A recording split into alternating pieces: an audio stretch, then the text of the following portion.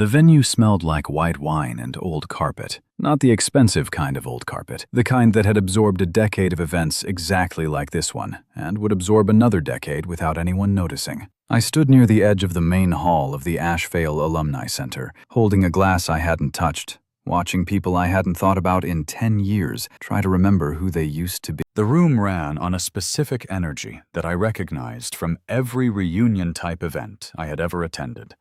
Half performance, half archaeology. People laughing at the right moments. Business cards surfacing from breast pockets with a casualness that suggested they had been rehearsed in the car. Names dropped in conversation as reference points, so markers of territory. There was an atmosphere of calibration. Everyone quietly measuring the distance between who they had been here and who they had become out there. I was not performing anything. I had come because Gideon called me twice and then sent a text that said simply, "You should come." Gideon does not waste language. He is constitutionally economical with words, the kind of person who means exactly what he says, and has learned to say only what he means. When he tells me I should do something without explanation, I have learned to trust the absence of the explanation. So I drove 3 hours on a Thursday evening and arrived at Ashevale with a clean shirt and nothing I was expecting.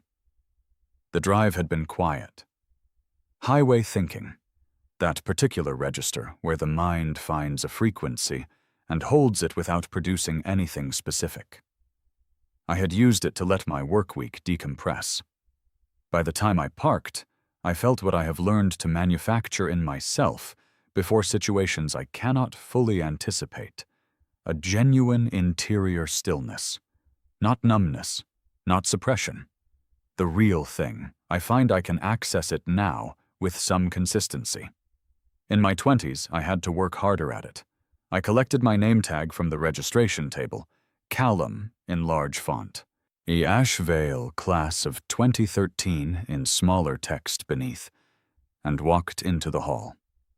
I spotted her within 4 minutes. Isolde Hargrove. She was standing near the far end of the hall, positioned at the axis of a loose cluster of tall cocktail tables, wearing something dark green that suited her in the way things had always suited her, as though the world rearranged its geometry around her aesthetics as a professional courtesy. Her hair was the same. Not unchanged. There was some gray at the temples that hadn't been there before, and she wore it with the ease of someone who had decided it was an asset rather than a concession. Her laugh was the same. The particular angle of her chin when she found something mildly amusing rather than genuinely funny, an angle I had studied once, closely and without meaning to, exactly the same. And I felt nothing I hadn't expected to feel. That was the first observation I made about myself. I had thought about this encounter sometimes, not obsessively. I want to be precise about that, because accuracy about one's own interior is the foundation of all other accuracy. The thought of encountering Isolde had surfaced occasionally in the way that old accounts surface, not with urgency or heat, but as a kind of archived item that the retrieval system occasionally produces without apparent cause. A hotel room at 2 in the morning. Air conditioning unit humming. The back of a car after a dinner that had gone too long. Those still suspended moments when the mind, unburdened of active work, reaches backward and encounters something it had thought was fully filed. In those moments, over the years, I had occasionally wondered what it would feel like to be in the same room as her again. Not with longing, more as an intellectual question. The way you sometimes wonder, in the abstract, about an experiment you never ran. Now, I was running it. I took a slow circuit of the hall. I spoke with genuine warmth to 3 people I remembered with actual feeling. A woman who had been the best student in my econometrics class, and who was now, apparently, heading up a research team in Brussels. A man I had played football with on winter Saturday mornings, who retained exactly the same laugh. A professor, still here, who looked precisely the same, as certain academics managed to do, as though they opted out of linear aging sometime in their 40s. And I declined 2 invitations to be photographed and accepted a cup of coffee from a junior student volunteering for the event committee. Eventually, I drifted toward the bar to exchange my untouched wine for something I would actually drink. That was when she was beside me, not facing me. Standing at a slight angle, reaching past me for a glass of sparkling water, and I registered the proximity before I registered the identity. A specific scent, something floral but dry, the restrained kind of perfume that communicates considered taste rather than effort. I had known that scent once, in a specific era of my life, the way you know a specific street or a particular quality of afternoon light. The body files these things in a register separate from thought. She straightened, turned slightly, and our eyes met. What I watched her face with the full attention I have trained myself to bring to important moments. What I saw happened in fractions of a second, and yet was entirely legible. Not recognition. The expression of someone cataloging a stranger. A pleasant stranger, perhaps, but a stranger. She smiled. The social one, the practiced, warm, attending an event smile. "Hi," she said. "Isolde, I think we might be getting in each other's way." A small gesture toward the bar, a small social joke about the spatial logistics of reaching for things. I said, "Callum?" She nodded with the pleasant efficiency of someone accepting an introduction. "Did you graduate here? I feel like I would remember you." The sentence arrived with a precision I don't think she intended. I feel like I would remember you, but as though the absence of the memory was a reasonable puzzle, as though the answer could not possibly be that she had known me the way you know someone you spent 3 years beside.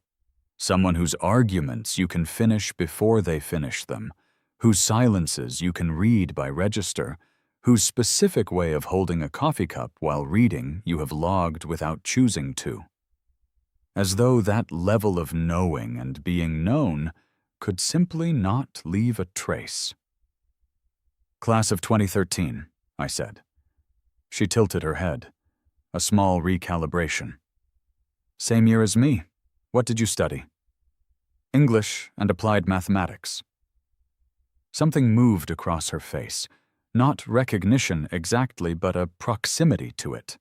The sensation of being near something familiar without being able to identify it. But the way a familiar melody plays at half the right tempo, and you spend 30 seconds knowing something is almost there. "Unusual combination," she said. She meant it as a compliment.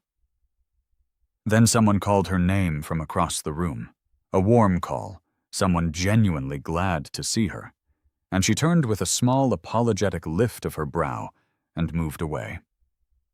I stood at the bar and finished my drink in 2 measured swallows. That was the moment.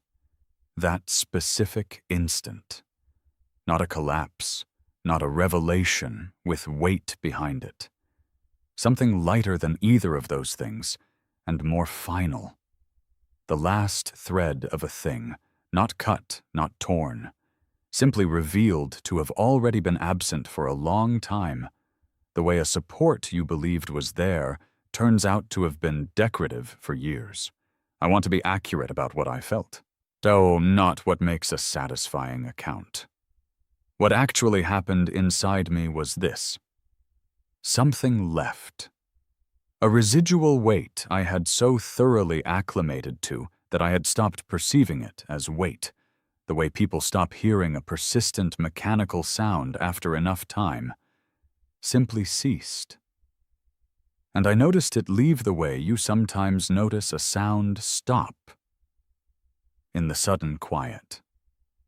I found Gideon near the back of the hall, standing with a plate of food he was doing more with than eating, and a particular expression that told me he had been watching the bar from a distance. He said, "Well," I said, "she introduced herself." He was quiet for a moment. He looked at his plate. Then, "I wasn't sure if she would. I thought it was possible." I looked at him. "You knew she'd be here." "That's why I called twice," he said.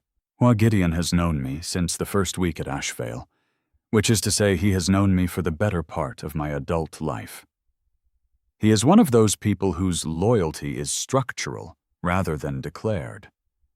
It does not announce itself. It simply holds, the way a properly built wall holds, invisible until the moment you understand you've been depending on it. He was present for the entire Ashvale chapter. Every part of it, from the beginning to the photograph in the alumni magazine, and in all those years he never once offered me his analysis of my choices unless I asked for it. He had also, I understood now, called me twice about a reunion I had no particular reason to attend, and understood without saying so that I needed to be in this room to close something. He handed me some of his food without being asked. I said, "How did you know she'd be here?" "Her name's on the alumni committee this year. It's on the website." I had not looked at the website. "How do you feel?" he asked. "Hungry," I said. "That's a good answer, and also the true one." He made a sound that was a laugh compressed into something drier, and we stood in the comfortable quiet that is the most reliable evidence of a friendship that has been tested and held. I ate. He ate. Across the room, Isolde moved through the crowd with the ease of someone who has never had to work at a room. I thought about where to begin. The first time I saw Isolde Hargrove, I was 20 years old, standing in the doorway of a seminar room in the Caldwell building at Ashvale, with a borrowed copy of Keynes in my hand. I'd borrowed it from the library because I could not afford to buy it. And that is not a detail I include for sympathy. It is a detail I include because it is contextually significant, the way the exact coordinates of a starting point are significant when you're measuring how far something has traveled. She was already seated when I arrived, reading something I couldn't see the title of. Her coat was draped over the chair beside her. Cashmere, I would learn later, because she mentioned it once in a conversation about the particular economics of things that cost enough to last, and the mention was not boastful, just precise.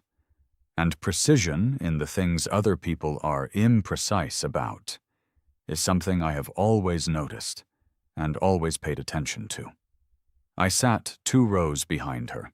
The seminar was on behavioral economics. The professor was a careful, unhurried man who had a gift for questions that were traps laid in plain sight, visible in advance, apparently avoidable, and nonetheless reliably walked into. I liked him immediately. He had the manner of someone who respected his material enough to teach it at the level of its actual difficulty, rather than the level that produced the least resistance. About 20 minutes into the session, he put a question about rational choice theory to the room. Standard material. The kind of question that has a standard answer and a second, harder answer that most students don't reach for. Isolde answered it, and she said something I had not heard anyone say in an academic context before, that the model was useful precisely because it was wrong.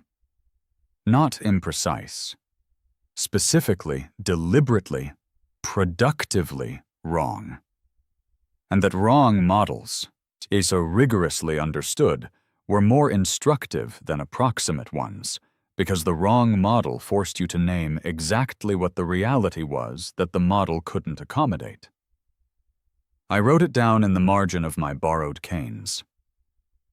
After class, I took my time returning the book to my bag, which meant I was still at my seat when she passed my row. She stopped. She looked at the margin note, the handwriting legible from where she stood. "You wrote that down," she said. "It was worth writing down," I said. "It's half an idea," she said. "The other half is harder to say with a professor in the room." I said, "What's the harder half?" She thought for a moment, not performing thought, actually thinking. "There is a difference that is visible if you're paying attention. That we build wrong models on purpose," she said. "Because a model that correctly described human behavior would be too frightening to teach. Universities exist to manage the gap between what people are actually like and what they need to believe they're capable of." I said, "Frightening how?" "Because it would confirm that people almost never act in their own interest. They act in the interest of how they need to be perceived. The model that acknowledges that is the correct one, and we don't use it." She picked up her coat and left. I sat in my seat for approximately 30 seconds after she was gone, which is longer than I usually need to process anything. Then I gathered my things and walked out into the corridor and thought, that is the most interesting person I have encountered since arriving here. We became something between colleagues and friends first over the following weeks, or study partners by practical arrangement. We were both in the same seminar stream and both meticulous about preparation, so combining our preparation made sense. Then longer conversations after sessions, the kind that begin as academic discussion and drift gradually into the territory of how you actually think. Then coffee that extended past its ostensible purpose. Then an evening walk across campus in the dark. The specific dark of a November evening in a university town, the cold and the low orange light from old fixtures, and the particular weight of her hand in mine, and the thought, clearly distinct from feeling. This is significant. We were together for 3 years. I want to say something about those years that is true without being sentimental, because both of those things, accuracy and the absence of sentimentality, matter to me when I describe anything. Those years were genuinely good, not in the corrected by hindsight way, not in the way that retrospect softens things into something bearable. Actually good, with the particular quality of something that is happening well in real time. She challenged me. She was rigorous and occasionally cold in the way of people raised in environments where emotional expression was treated as imprecision, as though feeling something at full volume was evidence of analytical weakness. She could be dismissive in ways that were not intentional, but were nonetheless real, and I learned to note them without letting them accumulate into a grievance. She was also, in the private moments, someone with a genuine and complex interior, and someone who asked questions she actually meant, someone who could sit with an idea until it told her what it was made of. I was on a full scholarship at Asheville. Merit-based, awarded on examination results that I had spent 3 years of secondary school specifically preparing for. My mother worked double shifts at a hospital administration desk and a weekend catering job to cover the difference between what the scholarship provided and what the university actually cost. I wore the same 3 jackets in rotation, ate cheaply and efficiently, and understood my finances with the precision of someone who cannot afford to not understand them. I was not ashamed of any of this. I want to be specific about that. I was not performing not shame while secretly carrying it. I had assessed my position. Scholarship student, good mind, clear goal, was correct institution, and found it adequate. The gap between what I had and what others had was real data, not a value judgment. Isolde never made my circumstances an issue. I credit her for that, genuinely. But I was aware of the structural difference between us the way you are aware of a room's temperature. Constantly, non-consciously, in the background of everything else, The way her older friends occasionally spoke to me, not unkindly, but with a particular register, a cadence that positioned me as an interesting variation rather than an expected type.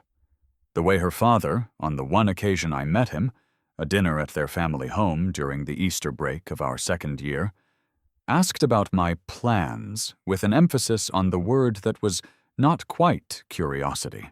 And the way Conrad Aldgate appeared at Hargrove family functions, with the ease of someone who had always been expected to be there, whose presence required no explanation, and whose absence would have been the thing requiring comment. Conrad Aldgate. I should describe him with accuracy, not with the simplified version that would serve the narrative better. He was tall, broadly built, and from the outside presented as exactly the kind of figure you might cast in this story, which is to say, there was something almost too coherent about how he looked. He was moderately intelligent. Above average, not exceptional. Genuinely confident rather than performed confident, which I respected even then, because performed confidence is identifiable at close range, and his was the real thing, as born from a life that had never required him to be afraid of a specific outcome. He had gone to school with Isolde's brother. His family's business, a mid-market portfolio of manufacturing and commercial property interests operating under the name Aldgate Group, had crossed paths with the Hargrove family's interests for 2 generations. He had the particular ease of someone whose social position is so established that he has never needed to think about it. The first time I registered Conrad as someone who was going to matter, not just as peripheral context, we were at a faculty dinner in the 3rd term of our 2nd year. The kind of semi-formal gathering that required a tie and served food that was better than the institutional standard without being better than competent. But Conrad was there as someone's guest. I never established whose. I had met him twice before, once at a department mixer where he had been collecting Isolde from a prior engagement, and once at a coffee shop near her building where we had encountered him on a walk. Both times the interaction had been brief and entirely normal. At this dinner, I was in conversation with one of the visiting lecturers about cross-national variations in regulatory framework, a topic I was genuinely interested in. And across the room, Isolde and Conrad were talking. I was not watching them. I was present in my own conversation. But I have peripheral awareness that I have never managed to turn off. And what registered in it over approximately 45 minutes was this: the cadence of a long familiarity. Not romantic, not yet, well, at least nothing I could name. But the specific rhythm of 2 people who have known each other long enough that the conversation has its own established grammar. The laugh she produced twice was the authentic one. I noted it. I did not ask about it, not from passivity. I am not passive by nature, never have been. From a specific principle I had arrived at early in the relationship, that asking questions from a position of insecurity is one of the most reliable ways to accelerate the thing you are afraid of. If something was developing, it would become visible on its own schedule. My job was to pay attention to what was actually there, not to what I feared might be. I was right about that as a principle. I was correct in the general case. The specific case was different in timing, but identical in outcome. And the 2nd semester of our final year at Ashvale, the light changed in February, went from the flat gray of winter to something with a bit more edge to it. Not warmth exactly, but direction. I remember the quality of it because I was outside a lot that semester, working through material on morning walks before the library opened, and the light was something I calibrated my mood against. Isolde started arriving late. Not dramatically, 15 minutes initially, then sometimes 20. Messages that were brief in the way that signals a mind elsewhere, no warmth, just information. She canceled a study session we had maintained for 2 years without missing by saying she had a family obligation and not mentioning it again. I noted it. She started mentioning Conrad's name in contexts that didn't require it. Small and apparently incidental mentions, the way you introduce a name into a conversation when you need to acclimatize someone, or possibly when you need to acclimatize yourself to the sound of it being spoken aloud in a particular register. There was an afternoon in mid-March. The light was doing that thing where it sits low and gray and sideways, coming through the tall windows of the library reading room and turning everything amber. I was in a carrel on the second floor, working through a set of notes on asymmetric information theory that I had been developing for a seminar paper. She was supposed to arrive at 3. She arrived at 3:45. She sat down across from me, and there was a moment, 3 seconds, maybe 4, of silence that had a specific texture. I have encountered that texture before and since, and it is the texture of someone who has made a decision and is about to communicate it. She said, "I think we need to talk about where this is going." What followed was precise and not long. She was not cruel. I want to say this clearly, and I want it to be understood as more than a technicality. She was genuinely not cruel. She said what she needed to say with the directness that was one of the things I had valued about her. And I think she understood in the saying of it that the directness was a form of respect, even when it was also an ending. She said that she needed to consider her future seriously. She said that there were expectations, hers first, then family, then circumstance, about the shape her life would take and the things it would be built upon. She said that she cared about me. She said that what we had been was real. But I believe her still on both of those things. She did not say Conrad's name. I said, "Okay." She looked at me. "That's it?" "I heard what you said. I understand it. I'm not going to pretend I'm glad about it, but I'm not going to argue." She was quiet for a moment. Then she said, "You're always so contained, Callum. I genuinely don't know what's happening inside you." I said, "That's probably part of the problem." She left. I stayed in the carrel until the library closed, which was a further 3 hours. And in those 3 hours I sat with the specific quality of what had just happened.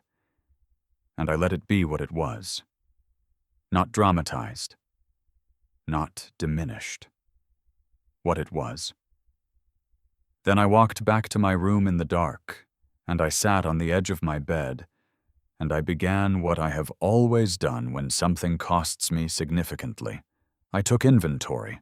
The inventory took approximately 2 weeks. Not visibly. On the surface, I was attending every lecture, submitting every piece of work on schedule, going to the library, eating at the standard times. The inventory happened in the background, the way certain financial calculations happen in the back of the mind, while the front of the mind is occupied elsewhere. What I arrived at by the end of those 2 weeks was precise. I had given 3 years to something real, and it had ended. Not because I had failed at anything. Not because she was villainous. She wasn't. Because the structural gravity of the world she came from exceeded the mass of what we had built, and no amount of my being exceptional within that world would change the architecture of what she was expected to return to. I could spend the next decade resenting that gravity, and I could make it the story of my life. The scholarship boy who wasn't quite enough for the girl with the cashmere coat. Or I could take that specific understanding, the understanding of how gravity worked, which structures were load-bearing, which things were actually valued, and why, and use it. Build something that existed outside that particular gravitational field entirely. I chose the second, completely the way I do things. The photograph appeared in the Alumni magazine's social supplement approximately 3 weeks later. A preview piece for the annual Ashevale Endowment Board Gala. Conrad Aldgate and Isolde Hargrove photographed at a pre-event dinner. She was in something gold. She always wore color well. Her hand was on his arm, in the way of people who have decided something. They were both smiling. I found the magazine on the common room table of my residence hall. I looked at the photograph for approximately 4 seconds. I registered everything in it that needed to be registered. I set the magazine down and went back to my room, and spent 3 hours completing a paper on information asymmetry in private financial markets. It was due the following Thursday. I submitted it 7 days early. I received the highest mark in the class.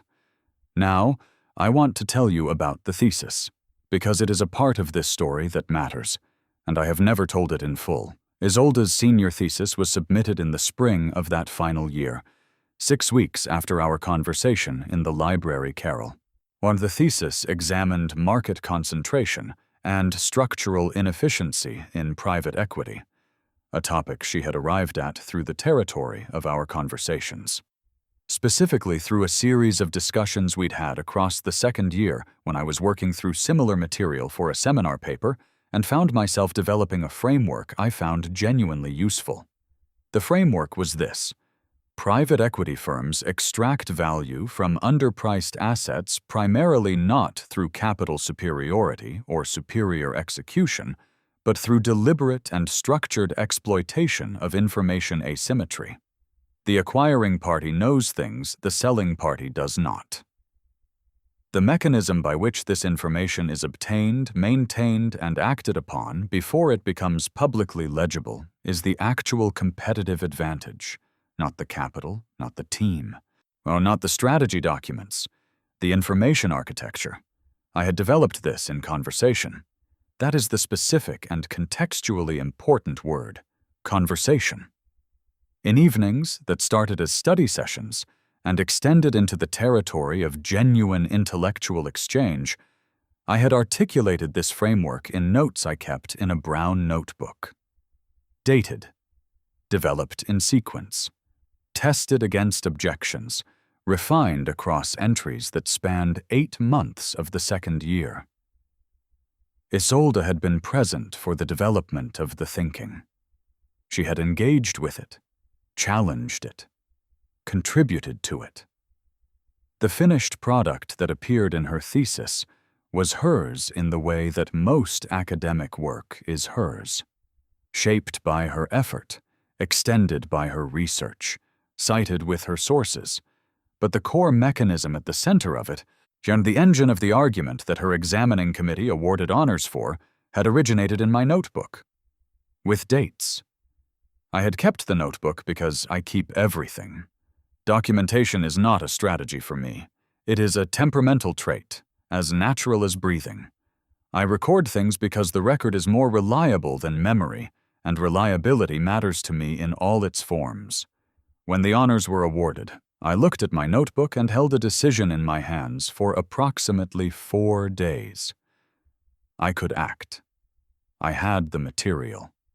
The institutional process existed. The outcome, if I pursued it carefully, was plausible. Or I could not act. What I was really assessing was not the outcome. I was assessing the shape that pursuing it would make of me. The person who spends his final weeks at university relitigating an academic originality dispute with his recently ended girlfriend is a specific kind of person, and that is not who I intended to become. The cost of being right in that way was higher than what the rightness was worth.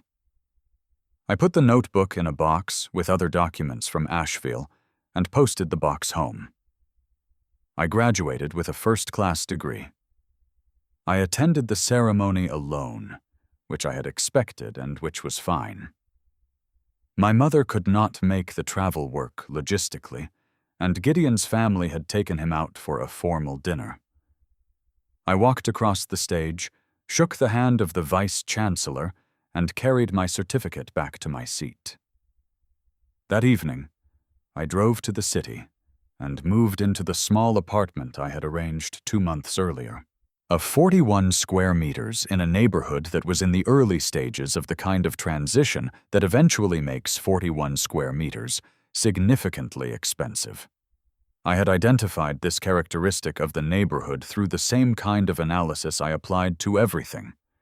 Reading the data available, looking for what the data was pointing toward before it became obvious to everyone else. The following Monday, I started work at Thornfield Capital. Thornfield Capital was not prestigious at the time. I want to be clear about why I chose it, because the choice was not accidental, and the reasoning was the same reasoning I have applied to every significant decision since. Not, where is the most impressive place to be, but where will I learn the most about how the relevant thing actually works? Thornfield was mid-tier.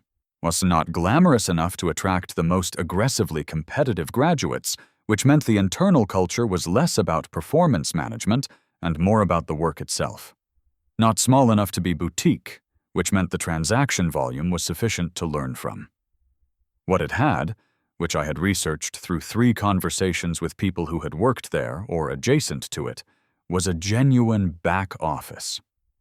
Real deal mechanics. The kind of place where you could understand, if you were paying attention, the distance between how financial instruments are supposed to function and how they actually function when the money moves. This distance is where everything interesting lives. My role was junior analyst. I sat at a desk in a shared space of 12 people and worked on whatever was assigned. Valuation models. As due diligence summaries. Component pieces of transaction analysis that I could understand individually, but not always in full context for the first months. I was methodical and entirely focused. I asked questions when I didn't understand something, not when asking would signal competence. I documented my own work with the same instinct that had produced the brown notebook. Not strategically, just habitually. I kept records of my own analysis, my own reasoning, my own errors and corrections. The record was not for anyone else. It was for me, because I understood early that the person most likely to mislead you about your own thinking is yourself, and a contemporaneous record is the only reliable check on that. Within 4 months, Gideon had noticed me. The same Gideon, we had existed in the same Ashevale orbit without becoming close. Now, that particular university dynamic where 2 people are adjacent to the same spaces without ever quite occupying them together. Then I arrived at Thornfield and found him 2 desks away, and the proximity that university hadn't created, the working world produced. He was a senior analyst by then, 4 years ahead of me professionally, and where most people in that position orient their attention toward managing upward, Gideon oriented his attention toward the work. That made him unusual, and, from where I was sitting, useful to pay attention to. He showed me things. Not in a formal way. He didn't lecture, didn't mentor in the self-conscious sense. He would walk me through a transaction and point to the places where, if you knew what to look for, the decision that had actually been made was visible. Not the stated rationale, the real one. The distance between the documentation and the intent. He taught me to read a financial structure the way I had already learned to read people. Looking for the mechanism behind the presented surface, for the load-bearing element versus the decorative one. The most significant thing he taught me, and this is the specific mechanism that the rest of the story rests on, was the architecture of the special purpose vehicle. When sophisticated capital wants to acquire an asset, commercial real estate, a portfolio company, a financial instrument, The acquisition rarely happens in the name of the acquirer. It happens through a holding entity created specifically for that purpose. A special purpose vehicle. A legal structure whose only function is to hold a particular asset is entirely separate from the parent entity in terms of legal liability and, critically, in terms of public-facing ownership. The SP5 is registered with the appropriate regulatory body. Its existence is technically transparent. Its beneficial ownership, the human or entity that ultimately controls it and benefits from it, is in most jurisdictions not publicly recorded unless the owner has a reason to disclose it. This structure is not a trick. It is not inherently evasive. It is a standard commercial mechanism used in every significant transaction in the private capital world for reasons ranging from liability management to tax efficiency to simple organizational clarity. I am being precise about this because the mechanism matters and misunderstanding it matters. What I understood, watching deals move through Thornfield over 4 years, what was that this structure created a specific kind of information asymmetry. The asset could change hands without the new owner's identity becoming part of the public record. To the world, to tenants, to counterparties, to anyone who hadn't traced the specific documentation chain, the asset simply had a new manager, a new entity name, a new direct line for facilities inquiries. That was all they knew. At the age of 26, I registered my first SP5. I named it Kestrel Holdings. I registered it in a jurisdiction that required full regulatory compliance but did not mandate public disclosure of beneficial ownership for entities below a certain size. I appointed myself as the sole director. I capitalized it with equity I had accumulated through my Thornfield stock options, soon, which had vested and been converted during a period when the firm performed particularly well, combined with the accumulated savings of 3 years of living far below what I was earning. The initial positions in Kestrel Holdings were modest. A small stake in a commercial property fund, passive, index-like exposure to the sector I was learning in my professional work. Some direct equity in a technology services company I had identified through the deal flow I was seeing at Thornfield and assessed independently as undervalued. A cash reserve. Nothing dramatic. A structure and a start. I knew what I was building toward, the way I know most things I build toward. Not in detail, not with a fixed timeline, but with the directional clarity that comes from having identified the specific principle at work. The principle, in this case, what was compounding patience. Build the structure correctly, fill it with correct decisions, wait for the environment to deliver the specific opportunity that the structure was designed for. I tracked the Aldgate Group. Not obsessively, I want to be accurate about the texture of this. I had a standing alert for mentions of the company in commercial property news. I reviewed their publicly available corporate filings on an approximately annual basis, the way you review the fundamentals of a position you're monitoring. I was doing this within the context of the broader commercial real estate market, which was the sector I was building professional expertise in anyway, so the monitoring of the Aldgate Group was integrated into existing habits, rather than constituting a separate obsessive activity. What the monitoring showed me over 6 years, it was this. Conrad's family business had been contracting since the recession that had gutted their manufacturing base. They had compensated by pivoting toward commercial real estate, leasing rather than owning, which reduced their capital exposure but increased their operational cost sensitivity. Their flagship office was a leased space on the top 3 floors of a property in the financial district. The lease had been signed in 2018 at a rate that was reasonable for the market at that time. The building was called Westmere Tower. In early 2019, Westmere Tower came to market.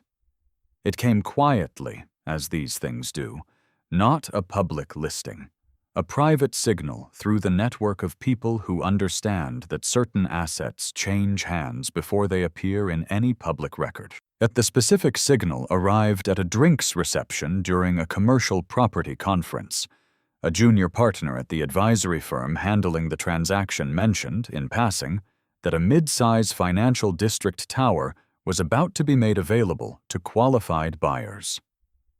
The current owner, a REIT that was restructuring, wanted a clean exit without the disruption of a public sale process. The price reflected the desire for speed. I said, "How mid-size?"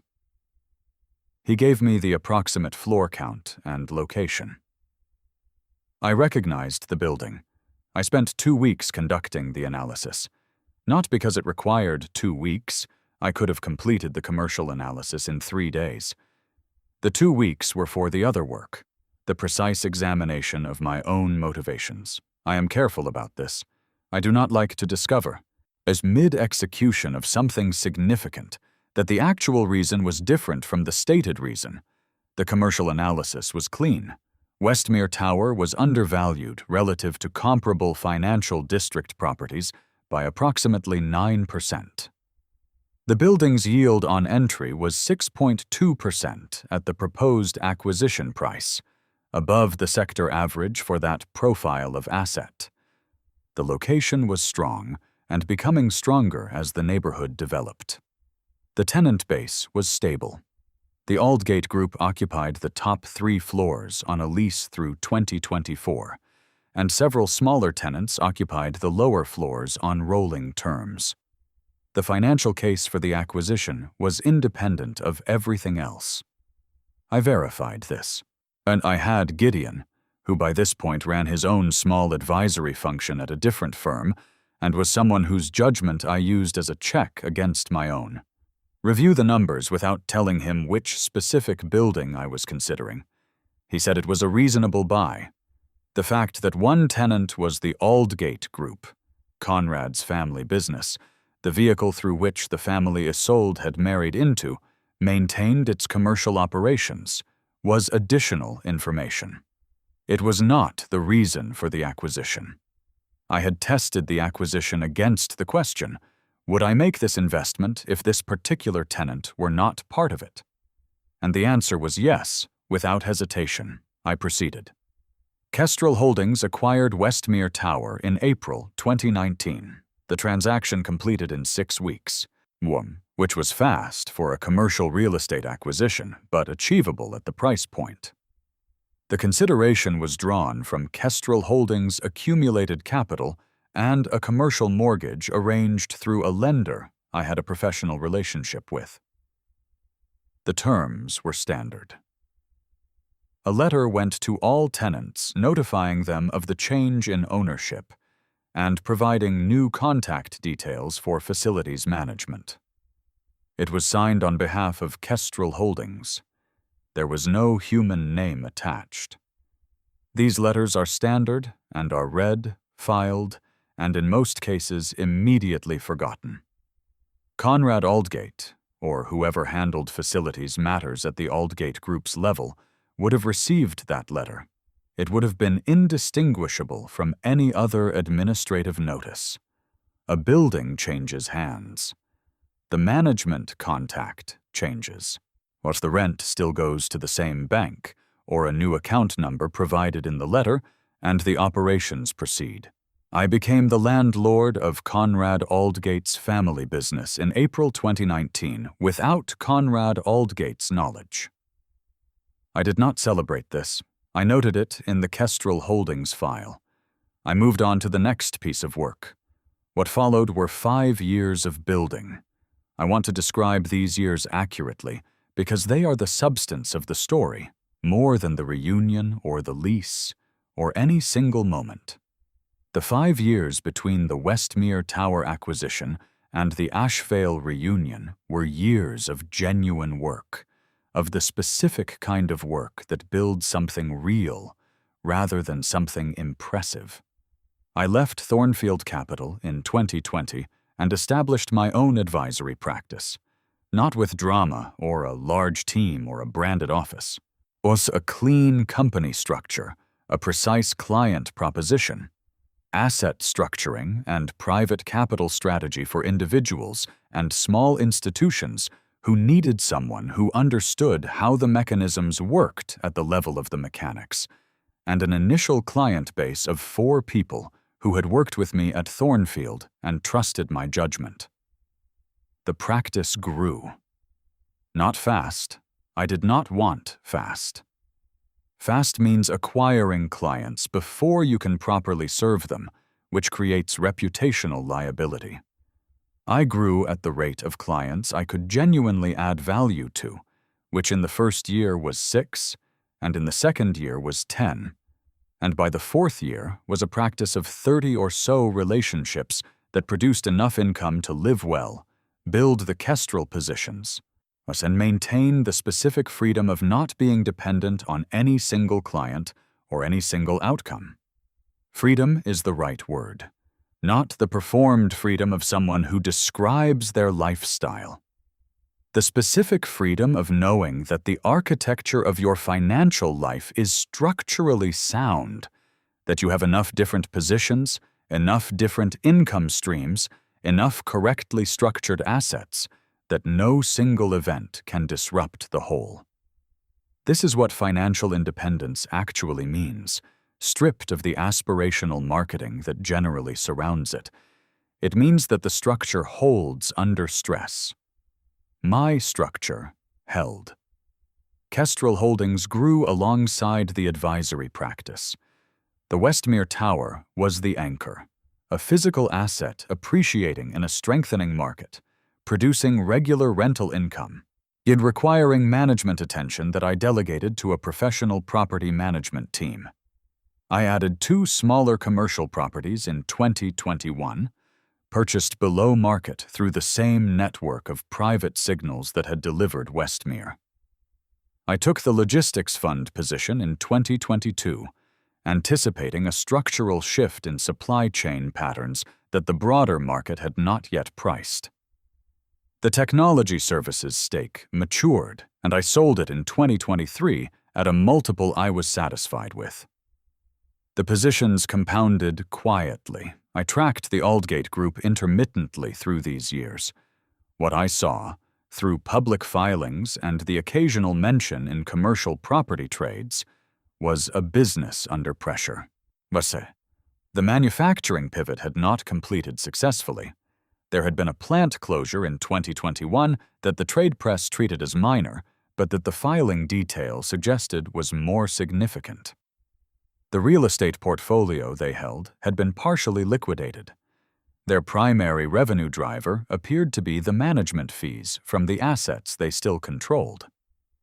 Their primary physical base, the offices where the Aldgate Group's management team operated, where strategy was made and clients were met, and the daily machinery of the business ran, was on the top 3 floors of Westmere Tower. The floors I owned. The lease was set to expire in March 2024. In January 2024, I instructed my property management team to send the standard lease renewal inquiry. This is routine commercial procedure. Most landlords initiate renewal discussions 6 to 12 months before expiry. The inquiry contained the proposed new lease terms. The proposed terms were the current market rate for Class A commercial space in that area of the financial district. By January 2024, that rate represented a 43% increase over the rate the Aldgate Group had been paying since 2018. I want to be precise, this was not a punitive rate. It was not inflated beyond what the market would bear. I had my property management team conduct a comparable analysis, 3 recent lease transactions in comparable buildings within half a mile. The proposed rate was in the middle of those comparables. Not the highest, the middle. What it was, for the Aldgate Group, was a structural shock. They had built their operational cost model on the assumption, not unreasonable, 6 years earlier, that their primary office costs would remain broadly stable. The property market had moved. The assumption had expired with the lease. I was not the cause of that movement. I was the entity that would benefit from it. There is a distinction between those two things, and I want it to be clear. The inquiry went in January. My property management team received no response for 4 weeks, which is an unusually long silence for a commercial lease renewal. At the end of February, the Aldgate Group made a request for an informal discussion about terms. I instructed my team, terms are firm, decision required by end of February. They came back in the final week of February with a counterproposal, a 22% increase, 5-year term. I declined. I offered 3 years at market rate, standard break clause at 18 months, 3 days of silence, then acceptance. The new terms were executed in March 2024. The increased rental income began flowing to Kestrel Holdings from April. The Aldgate Group retained their offices in Westmere Tower. I noted the completion in the Kestrel file. Then I had a conversation with a client about a completely unrelated transaction, and the working day continued, and the weeks between then and June proceeded. The reunion was in June. I want to return to the hall, to the old carpet, and the white wine smell, and Isolde in dark green at the far end of the room. To the 4 minutes it took me to spot her, and the nothing specific I felt when I did, after the exchange at the bar. After the social smile and the introduction, and the 4 seconds in which I watched her face produce no recognition, I found Gideon, and we stood together, and ate, and watched the room. An hour passed. Isolde worked the hall with her natural ease. I watched without particular feeling, the way you watch weather through a window, present, registering, not engaged. And then she found me again.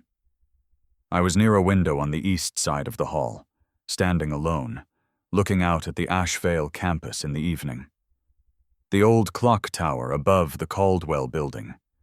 The path between the library and the residential halls that I had walked hundreds of times in all weathers. The specific blue-green of late dusk in June over a university campus, which I had not thought about consciously in years, and which was, on seeing it again, yet immediately and completely familiar. She appeared at my side. "I've been trying to place you," she said. I turned. Her expression had shifted from the pleasant stranger mode of the bar to something more deliberate. She was working at something, turning it over. "Callum," I said, since she hadn't used the name. "Yes. I have the name now," she said. "It's the context I'm missing. Did we know each other here?" The question was direct. She had decided to ask it directly rather than continue the social circling, which was characteristic. Directness had always been one of her genuine qualities. "We had seminars together," I said. "Which ones?" "Behavioral economics, 2nd year, a few others." The proximity to recognition expression again. Something moving behind the eyes, a folder being located, its contents not yet accessible. "Were we friendly?" she asked. She said it carefully, as though she was aware of the possible inadequacy of the word. "For a time," I said. She looked at me for a moment, then, "I'm sorry. I feel as though there's something I'm not reaching. That's a strange feeling." "You don't need to apologize," I said. "It's fine." "It doesn't feel fine," she said. "It feels rude, even if it's not intended." She was being genuine. That was what made it precise in a way that cruelty couldn't have been. Genuine forgetting, genuine apology, genuine attempt to bridge a gap that she could feel but couldn't cross. I am certain she was not performing this. It was real. "We knew each other well," I said. "A long time ago. People's memories are selective. She absorbed this. I watched her absorb it. And I watched something almost come. Some fragment of the 3 years rise toward the surface of whatever was stored in her. And then it didn't. The mechanism made its decision. The decision was release. She said, "What did you do after Ashevale?" I said, "Worked in private capital. I run my own advisory practice now." She nodded with the interested politeness of someone registering significance without specifics. "I have a consulting practice, strategic market analysis. It's done well, actually. We have a solid client base across financial services." Strategic market analysis. The specific phrase landed in me with a particular quiet weight. The framework, the thesis, the honors that had opened the door to the credentialing from which the practice had been built. "Good," I said. She studied me one more time. This deliberate, almost frustrated attention of someone who knows they are near something they cannot access. "Callum," she said again, trying the sound of it against whatever was stored. "Nothing." "It was good to see you," I said. I meant it in the precise, limited, completed way that I meant it. The seeing had done its work. I turned back to the window. After a moment, she was gone. I stood there for a while longer, watching the Caldwell building against the evening sky, watching the lights come on in the library, the path emptying as the dusk went blue. Gideon found me there a few minutes later. He stood beside me without speaking and looked at the same view. "Ready?" he said eventually. "Yes," I said. We said our goodbyes. I thanked the junior students at the registration table on the way out. They were still there, cautious and diligently managing a crowd that had by now thinned. I retrieved my jacket from the cloakroom. Gideon and I walked to the car park in the mild June evening. "Was it what you expected?" he asked. I thought about that genuinely. "I didn't have specific expectations," I said, "but it settled something I hadn't fully recognized I was still carrying." He nodded. He knows when the answer is complete. We said goodnight. I got into my car, and I drove south toward the city. The highway was quiet. The thinking settled in, that specific highway frequency, the mind finding its level. I moved through some work problems, a client restructuring that needed a particular documentation solution, a Kestrel position I had been monitoring for a possible addition, the ordinary texture of a working life proceeding. By the time I crossed into the city limits, and I had moved on entirely, not as an effort, as a fact. The month after the reunion was a month of decisions I had been building toward, and that the reunion had, in some oblique way, clarified the timing of. Not dramatic decisions. Administrative ones, of the kind that signal the closing of an account. The most significant was about the brown notebook. I retrieved it from the storage unit in early July. It was exactly where it had been for 11 years, in the same box, between a folder of university transcripts and a set of backup files from my Thornfield years. I sat at my desk in the advisory practices office, and I read through it. It held up, clearly dated. The development of the thinking legible in sequence. And the entries that predated Isolde's thesis by several months were specific enough that the derivation was unambiguous to anyone with the relevant knowledge to assess it. Marginalia from our conversations. The gradual refinement of the core argument. I read it once, slowly. Then I put it on the desk in front of me, and I stayed with a decision for approximately an hour. I had already made this decision once, 11 years ago. I had decided not to act on the notebook. I had decided that the cost, the institutional process, the reliving of a private wound in a public arena, the specific shape it would make of me, was higher than the benefit. That calculus had not changed.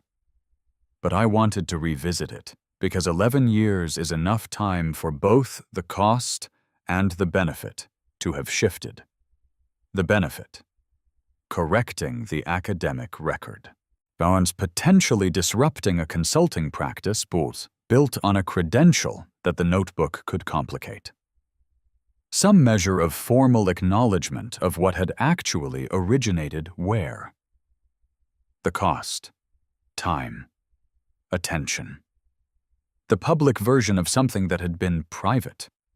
The identity of being the man who, a decade after the fact, pursued a grievance against a woman who no longer remembered his name. I was not that man, but I wanted to understand what the notebook was worth in the current condition of things, which was different from what it had been worth in 2013.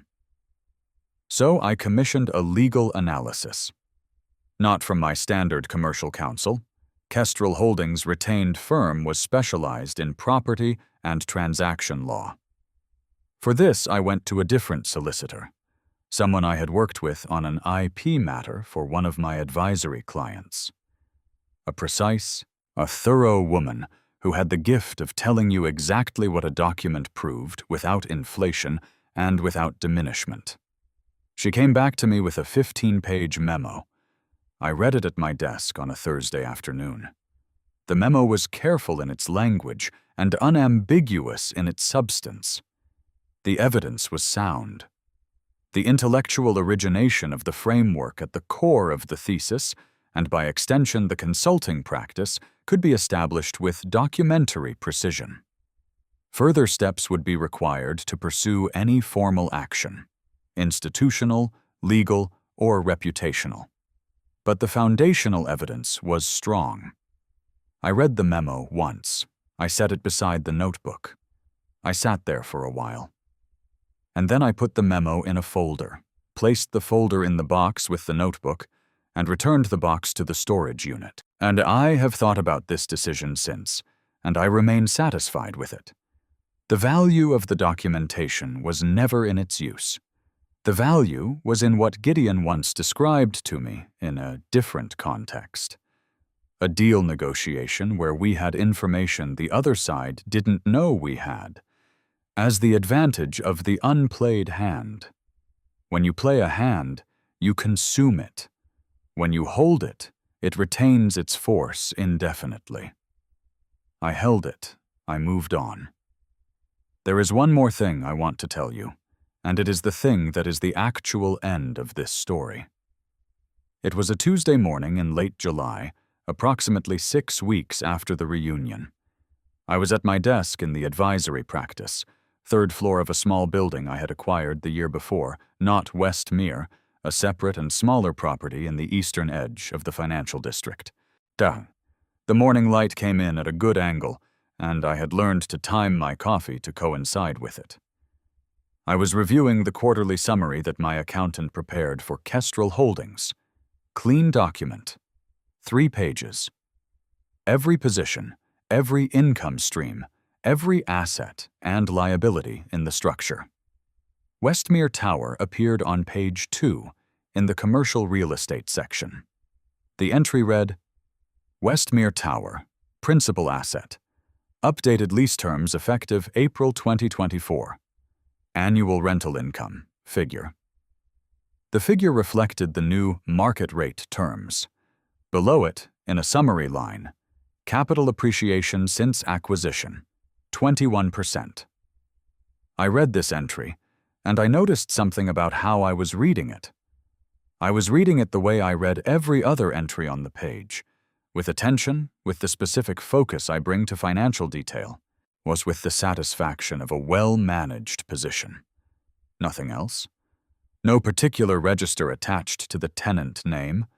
No specific charge in the fact of the increased rental income. No dry, distant relish. Just the number. Just the position. Just the data. The name Aldgate had become just a tenant. I stayed with this for a moment, the way you stay with a discovery to verify that you're reading it correctly. And I was. The weight I had carried for 11 years, organized, managed, never overwhelming, but present in the way a low-frequency sound is present even when you've stopped hearing it consciously, was gone.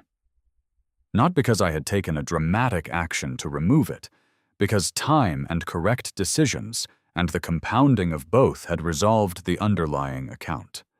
The numbers were final. The position was closed. Yes, I thought about Isolde briefly. The consulting practice built on the borrowed framework, the polished ease of a woman working a reunion room, her life proceeding along its designed lines, her husband's business reorganized around a higher rent it had eventually accepted. I thought about the behavioral economics seminar, the woman in the cashmere coat who had said, "We build wrong models on purpose," because a correct model of human behavior would be too frightening to teach. I had tested that proposition for 11 years against every version of reality I had encountered. Against Ashvale and Thornfield and Kestrel and 30 clients and 4 property acquisitions and 1 lease renewal and 1 reunion and a brown notebook in a storage box. And I had arrived, on a Tuesday morning in late July, yet at a conclusion that I was confident in. The correct model is not frightening. It is not frightening at all. It is simply accurate. And accuracy, applied consistently and with patience, does not produce anything dramatic. It produces a clean quarterly summary and a correctly structured position, and a Tuesday morning with good light. That is what it produces. I closed the summary and opened the next document. A client was restructuring a family trust, and the documentation needed review. The work was interesting. I did it. At noon, I booked a flight. Geneva the following week. A fund restructuring that a client needed on-site attention for. Complex documentation requirements, the kind I find genuinely absorbing. The places where the legal structure and the financial intent need to be made precisely to match. The work I am actually good at. Just I forwarded the flight confirmation to my assistant. I went back to the trust documentation. Outside, the city ran its ordinary machinery. Buildings full of people doing the specific things they had built their specific lives to do. The financial district held its usual quality of morning energy. Purposeful, unsentimental, moving. I worked until 5. I locked the office. I walked to my car in the unremarkable late afternoon light. I had a flight to book, and a client to serve, and a structure that held. That was enough.